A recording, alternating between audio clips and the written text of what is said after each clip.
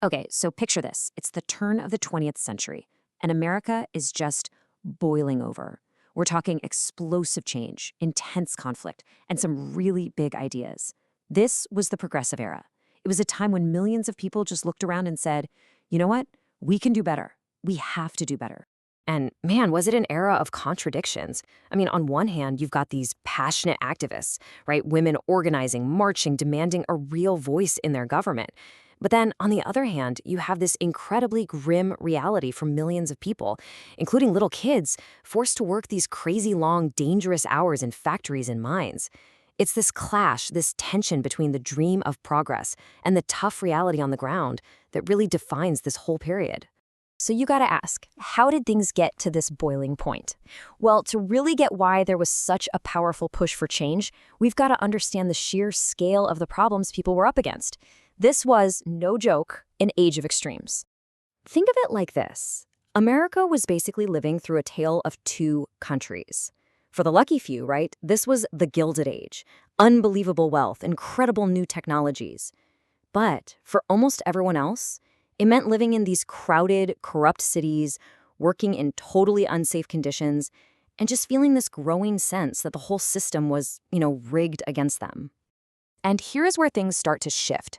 For the first time, a lot of wealthier Americans started to actually see this other side of life.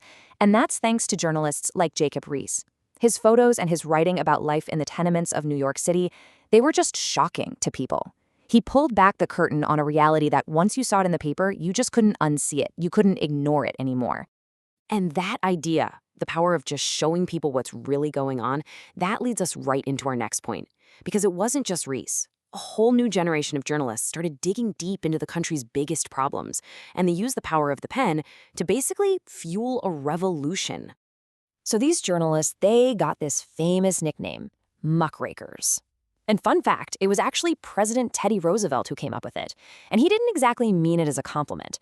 He said they were so busy raking all the muck, all the dirt on the floor, that they never bothered to look up. But you know what? The name stuck. And these reporters, they ended up wearing it like a badge of honor. And you can draw a straight line from what these journalists wrote to the real-world changes that happened because of it. I mean, you have Lincoln Steffens exposing how corrupt city politicians were in bed with big business. You've got Ida Tarbell, who bravely took on the biggest monopoly in the country, Standard Oil. And then, of course, there's Upton Sinclair, who went undercover in the meatpacking industry. What they wrote led directly to this huge public outcry and massive demands for reform. This quote right here just perfectly captures the unexpected power they had. See, Upton Sinclair, he was a socialist. He wrote his novel, The Jungle, because he wanted to expose the awful, unsafe, just plain exploitative conditions that workers had to endure. But as he famously put it, I aimed at the public's heart, and by accident, I hit it in the stomach. And why the stomach? Well, because right alongside his stories about the workers, he described in, let's just say, vividly disgusting detail, what was actually going into America's sausage. And the public reaction? It was immediate. It was overwhelming. People were absolutely horrified, and that pressure forced the government's hand. I'm talking within months of the book coming out. Congress passed the first major consumer protection laws in American history. That's impact. Okay, but the push for reform wasn't just coming from journalists. Not at all. This was a nationwide movement, with all these different groups demanding change. Which brings us to a really big and honestly a complicated question. Was this really a fight for everybody? Let's take a look at the diverse and, sometimes conflicting voices of this movement. So, one of the loudest and most organized voices belonged to the women demanding suffrage, the right to vote. Now, suffragists had been organizing for decades, but during the Progressive era, their movement just exploded with momentum. They built this huge national coalition, they staged massive parades and protests, anything to put constant pressure on the politicians. But here's the thing. Even though the movement was all about expanding rights, it wasn't always united. And this is so critical to understand. Racism was a powerful, divisive force, even inside these reform movements. The story here reveals a really painful truth. At this huge national suffrage parade in D.C., the amazing Black journalist Ida B. Wells was told by some of the white organizers that she had to march at the back, in a segregated section. But Ida B. Wells, she refused to be sidelined. This woman was an absolute force of nature, fighting battles on multiple fronts her entire life. She was an investigative journalist who fearlessly exposed the horrors of lynching. She co-founded the NAACP. And after being pushed aside by some white suffragists, you know what she did? She founded the Alpha Suffrage Club for Black women in Chicago. A total trailblazer. And alongside Wells, there was another towering intellectual figure of the era, W.E.B. Du Bois, a brilliant scholar, also a key co-founder of the NAACP. Du Bois basically challenged all of America to think about race and identity in a completely new and much deeper way. He came up with this powerful concept he called double consciousness to describe the internal conflict of being Black in America. This quote from his masterpiece, The Souls of Black Folk, it just nails it.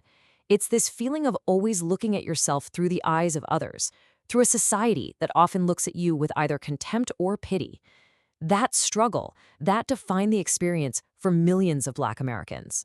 All right, so you've got the muckrakers exposing all these problems, you've got activists in the streets demanding change, you've got intellectuals offering totally new ways of thinking. So what did it all add up to? Well, it added up to a lasting progressive legacy, one that would forever, and I mean forever, change the role of government in America.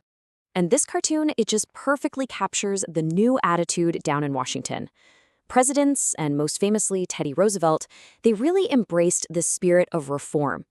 Instead of just siding with big business like they used to, he saw himself as a lion tamer. He was going to use the power of the federal government to take on these massive corporate monopolies, they called them trusts, that had just gotten way too powerful for anyone to control. And this new role for the government, it led to real, tangible victories that people could actually feel in their daily lives. For the first time, thanks to the Pure Food and Drug Act, you could actually trust that the food and medicine you were buying was safe. New workers' compensation laws gave a crucial safety net to people who got injured on the job. And child labor laws started that long, slow, but incredibly important process of getting kids out of factories and into schools where they belonged. I mean, this movement was so powerful, it actually changed the U.S. Constitution itself. We're talking 3 new amendments in just 7 years. First, the 17th Amendment, which took power away from corrupt political machines and let the people directly elect their senators. Then you get the 18th Amendment, which kicked off that, let's call it controversial national experiment of prohibition. Spoilers, it didn't work out. And finally, in 1920, the big one, the 19th Amendment was ratified, a hard-won victory guaranteeing women the right to vote coast to coast. When you boil it all down, this is probably the most important legacy of the whole era. The progressives completely changed what Americans expected from their government. They established this idea, this principle, that the government actually has a responsibility to step in and solve problems, to protect its citizens, to regulate the economy.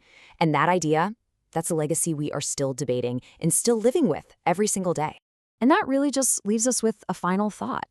The progressives, they saw the problems all around them, and they used the cutting-edge tools of their time, newspapers, magazines, photography, protests, to demand change. So kind of makes you wonder, right? When you look at the world today, what are the tools we have to shape ours?